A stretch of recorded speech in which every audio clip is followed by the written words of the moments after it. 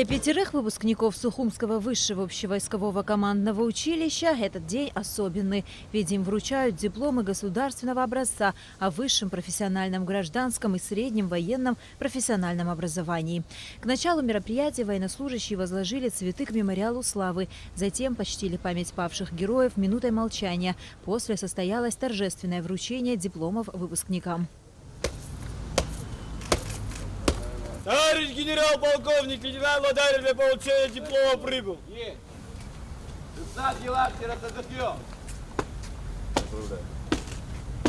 Лейтенант Бартагава.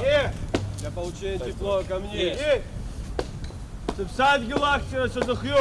Хочу поздравить от имени руководства Министерства обороны и от себя лично с успешным завершением училища. Впереди будут очень трудные дни, будни офицера.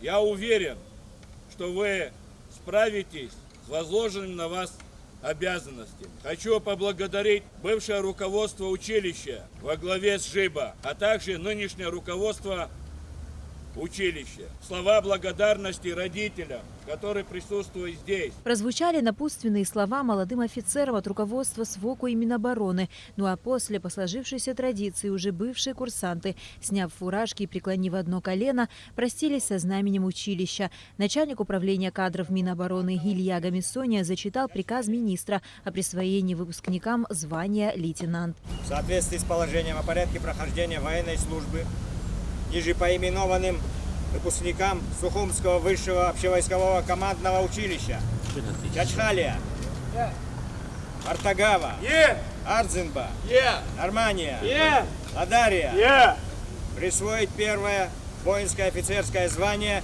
лейтенант.